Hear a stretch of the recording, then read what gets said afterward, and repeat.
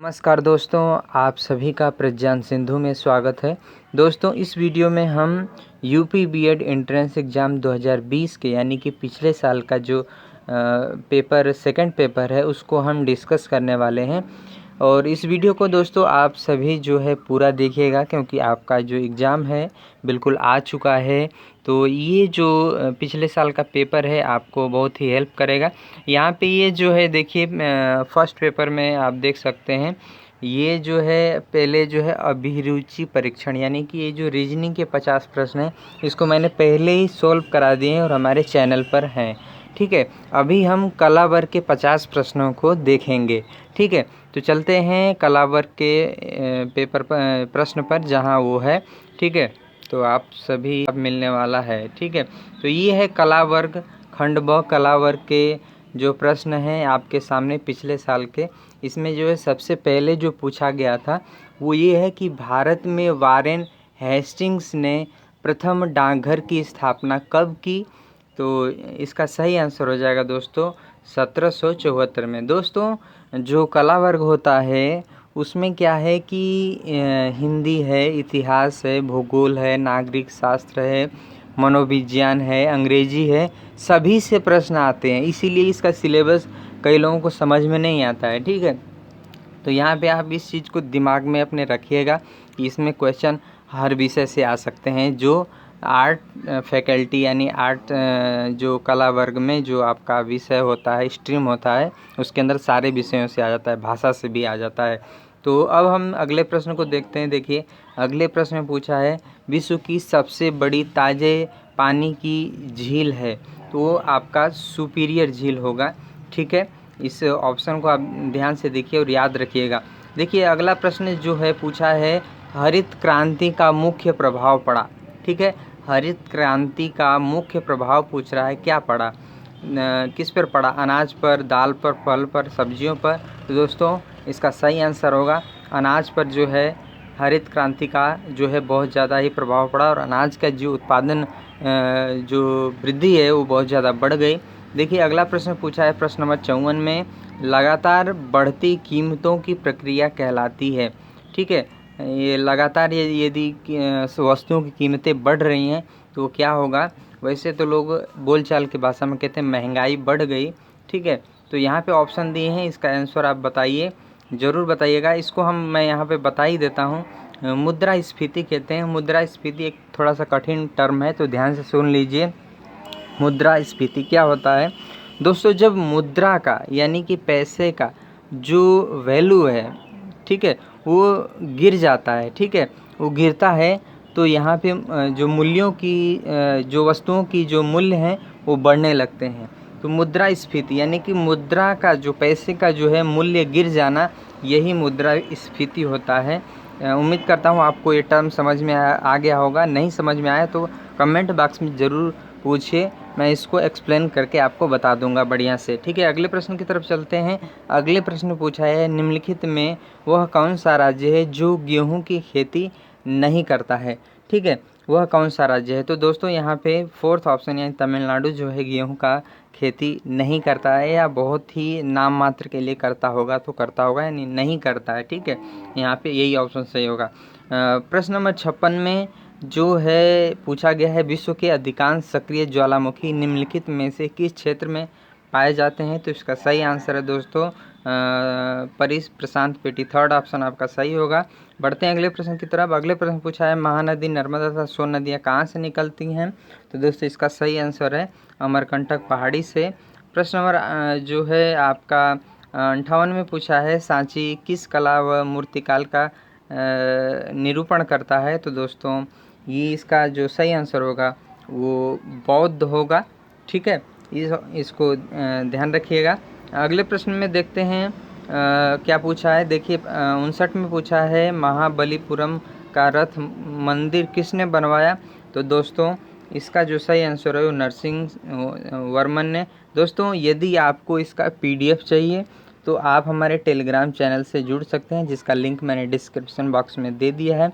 ठीक है, और आप यदि जो है यहाँ पे जो है कि इसको बार बार देखिए, आपको इससे जो है आपके एग्ज़ाम हॉल में आपको सहायता मिलेगी। और कोई सी प्रश्न पे आपको डाउट लगता है तो उसको जो है आप अपने तरफ से आंसर कमेंट बॉक्स में लिखिए, ताकि मुझे पता चल सके कि आप लोग जो है इन प्रश्नों को लेकर के और अपनी पढ़ाई को लेकर के सीरियस हैं और मैं उसमें सुधार कर सकूं। ठीक है, अगले प्रश्न की तरफ बढ़ते हैं। यहाँ पे देखिए प्रश्न नंबर 60 में लिखा है, व्यवहारवाद का जनक किसे कहा जाता है। दोस्तों, व्यवहारवाद का जो जनक है वो चार्ल्स मेरियम, ऑप्शन नंबर 1 जो है आपका सही हो जाएगा।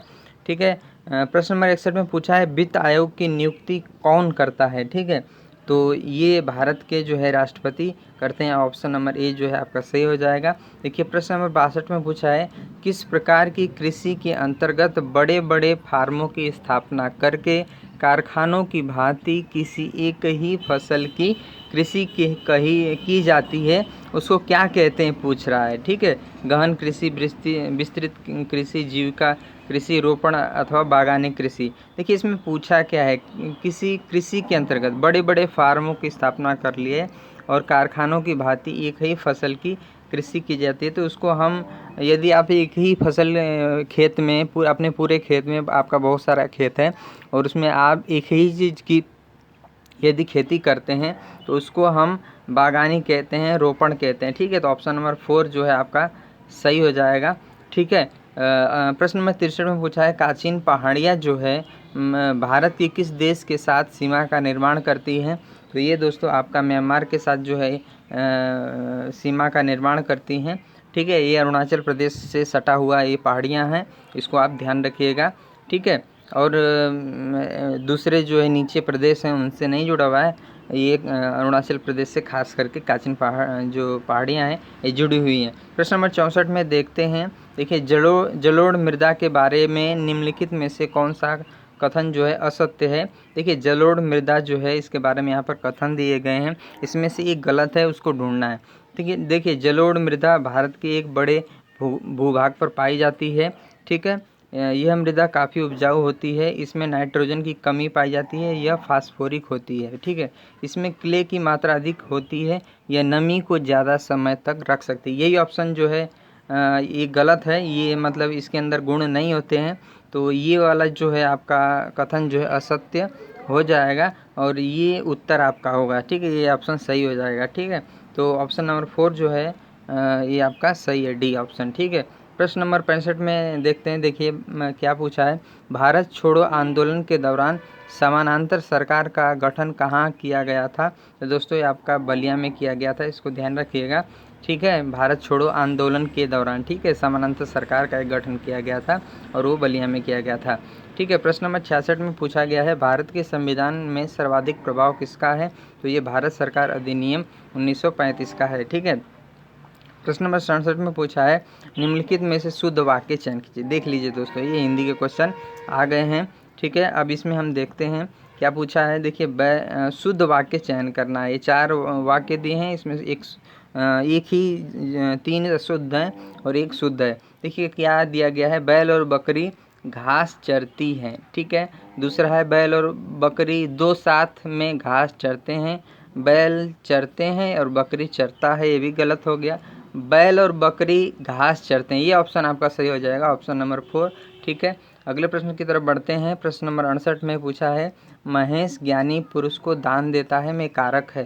कारक पूछ लिया है दोस्तों, तो आप हमेशा ध्यान दीजिएगा, यहाँ पे को आ गया तो कर्म कारक होता है, लेकिन संस्कृत में आपने ध्यान दिया होगा एक नियम है, दान देने अर्थ में चतुर्थी होती है। क्या होता है, चतुर्थी होती है, चतुर्थी। ठीक है, तो कारक कौन सा हो जाएगा, चतुर्थी, संप्रदान कारक। तो यहाँ पे जो है संप्रदान कारक जो है सही होगा। ठीक है, इसको ध्यान रखिए। देखिए इस प्रश्न को भी नोट कर लीजिए, देखिए किस तरह से पूछा है और क्या उत्तर यहाँ पे हो रहा है। दान देने में चतुर्थी होती है, संप्रदान कारक होगा यहाँ पे। ठीक है, अगला प्रश्न देखते हैं, प्रश्न नंबर 69, बी रस का स्थायी भाव है। बी रस का स्थायी भाव क्या लगता है कि वीरता में लोग क्रोधित होते हैं, लेकिन नहीं दोस्तों, यहाँ पे इसका जो है उत्साह जो है ये स्थायी भाव होगा और विस्मय या जुगुप्सा भी नहीं होगा। ठीक है, तो ये भी काफ़ी कन्फ्यूजिंग होता है। देखिए प्रश्न नंबर 70 में पूछा है, ये प्रश्न 69 था, इस प्रश्न नंबर 70 में पूछा है, मैं खाना खा चुका हूँ, इस वाक्य में कौन सा काल है। तो इसमें दोस्तों सिंपल सा है, भले हूँ लिखा है लेकिन खा चुका हूँ इसका मतलब कि ये भूतकाल है। ऑप्शन नंबर 2 यानी कि बी सही हो जाएगा। अगले प्रश्न में पूछा है वर्मी कंपोस्टिंग क्या है। देखिए वर्मी, ठीक है, वर्मी कंपोस्टिंग मधुमक्खी पालन से शहद प्राप्त करने की विधि, केचुए से जैविक खाद प्राप्त करने की विधि, फसलों की उत्पाद क्षमता बढ़ाने की विधि, इनमें से कोई नहीं। तो दोस्तों इसका सही आंसर होगा केचुए। ठीक है, ये एक कृमि है, केचुए से जैविक खाद जो प्राप्त करते हैं।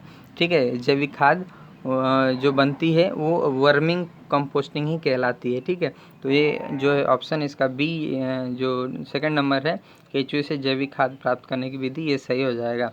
अब अगले प्रश्न की तरफ बढ़ते हैं। अगले प्रश्न पूछा है ऋग्वेद में कितने सूक्त हैं। तो दोस्तों ऋग्वेद में 1028 सूक्त हैं, ये ध्यान रखिएगा। इसमें काफ़ी कन्फ्यूजिंग 1024, 1032, 1036 जो ऑप्शन दिया हुआ है। प्रश्न नंबर 73 में देखते हैं निम्न में से किस वेद को प्रारंभ में चतुर्वेद के अंतर्गत मान्यता नहीं मिली थी। ठीक है, तो ये इसका सही आंसर हो जाएगा अथर्ववेद को। दोस्तों क्यों नहीं मिली थी, क्योंकि इसमें जो है थोड़ी जादू टोना और इस तरह की जो बातें थी, ठीक है, इसको इस पर ज़्यादा उसमें वर्णन मिलता था, इसलिए इसको जो 4 वेदों से पहले बाहर रखा गया। ठीक है, क्योंकि जो है वास्तविक जो वेद है वे जो है पाखंड को जो है एक्सेप्ट नहीं करता है। तो यहाँ पे अथर्ववेद में थोड़ी सी चीज़ें थी, लेकिन बाद में पता चला कि ये सारी जो है चीज़ें अलंकारिक है। उसका जब अर्थ किया गया तो बाद में अथर्ववेद को भी जो है स्वीकार किया गया। इस तरह से अथर्ववेद को 4 वेदों में स्थान मिला था। अगले प्रश्न की तरफ बढ़ते हैं। ठीक है, प्रश्न नंबर 74 में पूछा है कि किरातार्जुनीयम में कुल कितने सर्ग हैं। ठीक है, तो यहाँ पे इसका ऑप्शन जो है वो 18 से हो जाएगा। किरातार्जुनीयम में जो है 18 सर्ग हैं। ऑप्शन नंबर 1 यानी कि ए सही हो जाएगा। प्रश्न नंबर 75 को देखते हैं। इसमें पूछा है निम्न में से कौन योग के 8 अंगों में नहीं है। देखिए तो यहाँ पे नियम भी योग के 8 अंगों में आता है। आसन, ठीक है, योग, प्रत्याहार। तो दोस्तों देखिए इनमें कौन सा 8 अंगों में नहीं। तो दोस्तों यहाँ पे ऑप्शन नंबर 3 यानी कि सी सही हो जाएगा, क्योंकि योग जो है योग के अंतर्गत जो है ये तीनों आते हैं। योग नहीं आता 8 अंगों में। ठीक है, समझ रहे हैं इसको, इस बात को। आप यदि 8 अंगों को देखेंगे, अभी आप इसको ढूंढ लीजिए कि कैसे होते हैं, कौन कौन से 8 अंग है, उसमें योग नहीं आता। योग के अंतर्गत ये सारी चीज़ें 8 अंग अलग अलग चीज़ें होती हैं। ठीक है, अब बढ़ते हैं प्रश्न नंबर 76 के तरफ। यहाँ पे ये संस्कृत से प्रश्न है। संस्कृत से भी प्रश्न पूछे जाते हैं कला वर्ग में, ये ध्यान रखिएगा। आपकी तैयारी होनी चाहिए दोस्तों थोड़ी थोड़ी सभी विषयों पर। यहाँ पे देखिए पूछा है निम्न वाक्य में रिक्त स्थान की पूर्ति करें। अब इसमें क्या पूर्ति करना है, पूछा है परितः भक्ता। ठीक है, परितः भक्ता। तो यहाँ पे इसका अर्थ है, परितः का मतलब होता है चारों ओर। ठीक है, चारों ओर, भक्ता का अर्थ है भक्त। ठीक है, तो चारों ओर भक्त हैं, इसका मतलब ये हुआ। तो अब इसमें ऑप्शन है मंदिरम, वृक्षम, गंगाम, गृहम। तो भक्त चारों ओर किसके हो सकते हैं, मंदिर के, वृक्ष के, गंगा के, गृहम के। तो दोस्तों यहाँ पे ज़्यादा मेन जो जो होता है वो मंदिर के और गंगा के भी हो सकते हैं, लेकिन गंगा के तो गंगा तो बहती है एक ओर से दूसरी ओर, तो इसमें चारों ओर होने का संभव नहीं, 2 तरफ ही हो सकते हैं। तो ये ऑप्शन भी नहीं होगा। मंदिर के चारों ओर जरूर हो सकते हैं, तो ऑप्शन नंबर 1 यानी कि ए सही हो जाएगा। ठीक है, ये ध्यान रखिएगा। अगला प्रश्न पूछा है 77 में 1 बाइट में कितने बिट होते हैं। तो ये ऑप्शन नंबर 1 8 सही हो जाएगा, 8 बिट होते हैं। ठीक है, प्रश्न नंबर 78 में पूछा है शतरंज में वर्ल्ड रैपिड चैम्पियनशिप 2019 का खिताब किसने जीता। तो दोस्तों ये कोनेरू हम्पी ने जीता था। ठीक है, और अगले प्रश्न की तरफ बढ़ते हैं। प्रश्न नंबर 79 में इसमें पूछा है निम्नलिखित में से किसने प्रसिद्ध पेंटिंग गर्वेनिका को चित्रित किया। तो दोस्तों इसका सही आंसर है पाब्लो पिकासो ने। ठीक है, प्रश्न नंबर 80 में पूछा है खिलाफत आंदोलन कब खत्म हुआ। तो दोस्तों इस प्रश्न का जो है आप भी उत्तर ढूंढें, क्योंकि ये थोड़ा कन्फ्यूजिंग है। यहाँ पे इसका सही आंसर होगा जनवरी 1921 को। ठीक है, और दूसरा जो ऑप्शन जो इसका सही होगा वो होगा आपका सन 1924 भी किताबों में देखने को मिल रहा है, इसलिए आप भी इस पर थोड़ा देखिए, ढूंढिए और कमेंट करके बताइए कि कौन सा सही है। ठीक है, दोनों में से। ये कन्फ्यूजिंग क्वेश्चन है, आपके ऊपर है कि आप कमेंट करके कितना बताते हैं। ठीक है, प्रश्न नंबर 81 में जहाँ तक उम्मीद है वो है सन 1924, लेकिन फिर भी आप लोग देख करके बताइएगा ज़रूर। ठीक है, प्रश्न नंबर 81 में पूछा है कि choose the alternative which meaningfully complete the sentence. ये इसमें से जो है ये रिक्त स्थान है, इसमें एक वर्ड चूज करना है। ठीक है, जिससे कि ये सार्थक बन जाए। ठीक है, मीनिंगफुल अर्थ निकले इससे। तो दोस्तों यहाँ पे 3 माइल्स अ लॉन्ग डिस्टेंस, यहाँ is are were are not लगाना है। तो यहाँ पे माइल्स बहुवचन है तो लग रहा होगा कि आर लगा सकते हैं, वर लगा सकते हैं, लेकिन आप सभी को बता दें वर नहीं आएगा, क्योंकि ये जो है वर्तमान में जा रहा है। तो आर और इज, आर लग सकता है और इज लग सकता है, लेकिन आप सभी को बता दें दोस्तों ग्रामर में, इंग्लिश ग्रामर में माइल्स के साथ हमेशा ये सिंगुलर जो है सिंगुलर कहा गया है। तो माइल्स को सिंगुलर है तो इसलिए इसके साथ जो है सिंगुलर इज लगेगा। ये ग्रामर का विषय है, आप जाकर के वहाँ चेक कर सकते हैं। तो इसका ऑप्शन जो है सेकंड यानी कि बी ऑप्शन सही हो जाएगा, इसको ध्यान रखिएगा। ठीक है, क्वेश्चन 82 में ये क्या पूछा है देखिए, direction question number 82 and 83, choose the most suitable one word for the given expression. ठीक है, एक वर्ड चूज करना है, इस पूरे लाइन का एक वर्ड में चूज करना है। ठीक है, ऐसा प्रश्न हिंदी में भी आता है, आपने ध्यान दिया होगा। तो जैसे इसमें बोला है अ गवर्नमेंट, ठीक है, a government run by dictator is called. एक गवर्नमेंट जो चलती है डिक्टेटर से उसको क्या कहेंगे। अब डिक्टेटर का मतलब समझिए दोस्तों, डिक्टेटर का मतलब होता है तानाशाह। तो यहाँ पे मेनली कहा जा रहा है मुख्य रूप से कि एक गवर्नमेंट, एक सरकार जो है तानाशाह के द्वारा चल रही है, उसको हम क्या कहेंगे। Autocracy, democracy, socialism, aristocracy. ठीक है, इसमें से सोशलिज्म और एरिस्टोक्रेसी को छोड़ दीजिए। ऑटोक्रेसी और डेमोक्रेसी को आप जानते होंगे कि डेमोक्रेसी का मतलब होता है कि सरकार की शक्तियाँ अलग अलग जो है जो ग्रुपों में बटी होती हैं, अलग अलग जो संस्थाएं होती हैं उसमें बटी होती हैं। जैसे भारत एक लोकतांत्रिक देश है, डेमोक्रेसी है यहाँ पे। तो यहाँ पे न्यायपालिका के पास अलग शक्ति है और कार्यपालिका यानी कि सरकार का जो चुनाव होता है उसके पास कुछ अलग शक्तियाँ हैं, किसी एक के पास शक्ति नहीं है। और यहाँ पे जो विधायिका है, जो सरकार की विपक्षी है, वो उसके पास जो है उसको सरकार को कंट्रोल करने की शक्तियाँ हैं, उसको प्रश्न पूछने की शक्तियाँ हैं। ठीक है, इस तरह से लोकतंत्र में सबको बोलने की आज़ादी होती है, सबकी अपनी अपनी शक्तियाँ हैं। जो है संविधान में आम जनता को भी शक्तियाँ दी गई है, प्रशासन को भी शक्तियाँ दी गई हैं, तो सारी शक्तियाँ बटी होती हैं। लेकिन ऑटोक्रेसी में क्या होता है, जहाँ सिर्फ एक राजा ही शासन करता है या एक तानाशाह ही शासन करता है और उसका हर एक कई बात हर क्षेत्र में लागू होती है, तो वो ऑटोक्रेसी होती है। ठीक है, तो यहाँ पे डिक्टेटर यानी एक तानाशाह है, तो वो एक ही व्यक्ति है जो कहेगा, जैसे कि आपका ये किम जोंग है जो उत्तर कोरिया का तानाशाह है, ऐसा माना जाता है, कहा जाता है। ठीक है, तो वो उसका जो देश होगा उसमें ऑटोक्रेसी जो है लागू होगा, कि वह ऑटोक्रेसी देश है। तो यहाँ पे आप समझ गए होंगे कि एक गवर्नमेंट जो डिक्टेटर के साथ चलाई जाती है उस गवर्नमेंट को ऑटोक्रेसी कहते हैं। ठीक है, जो समाज के द्वारा चलाई जाती है, इस तरह से सोशलिज्म, इस तरह से डेमोक्रेसी यानी कि लोकतांत्रिक। तो इस तरह से आप इस प्रश्न को समझ गए होंगे। इसका ऑप्शन जो है ऑटोक्रेसी, ऑप्शन नंबर ए यानी कि 1 नंबर जो है आपका सही था। प्रश्न नंबर 83 की तरफ चलते हैं। यहाँ पे देखिए क्या पूछा है, an unconventional style of living. देखिए अनकन्वेंशनल का अर्थ होता है अपरंपरागत, स्टाइल ऑफ लिविंग रहने का तरीका। यदि कोई व्यक्ति जो हमारी परंपरा रही है, जो हमारा त्यौहार हैं, जो हमारे रीति हैं, रिवाज है, उसके अनुसार रहते हैं, तो हमें ये माना जाएगा कि हम परंपरा को लेकर के हम अपने समाज को लेकर चल रहे हैं। लेकिन यदि कोई व्यक्ति इन परंपराओं से हट करके अपने ढंग से रहता है, अपने ही जो मन में आए सो करके जीने की इच्छा रखता है, या वैसा वो उसका मतलब वो कर रहा है, तो उसको क्या कहेंगे, यहाँ पे पूछा है। ठीक है, यहाँ पे उसको क्या कहेंगे, बोहेमियान। तो इसमें दोस्तों यहाँ पे इसका सही आंसर होगा बोहेमियन। बोहेमियन क्यों होगा दोस्तों? तो क्योंकि दोस्तों बोहेमियन जो है का मतलब ही होता है कि जो बोहेमियन उन लोगों को कहते हैं जो लोग परंपराओं को नहीं मानकर जो है अपने हिसाब से जीते हैं, उनको बोहेमियन कहते हैं। तो इसका ऑप्शन नंबर जो ए है वो 1 नंबर जो है आपका सही हो जाएगा।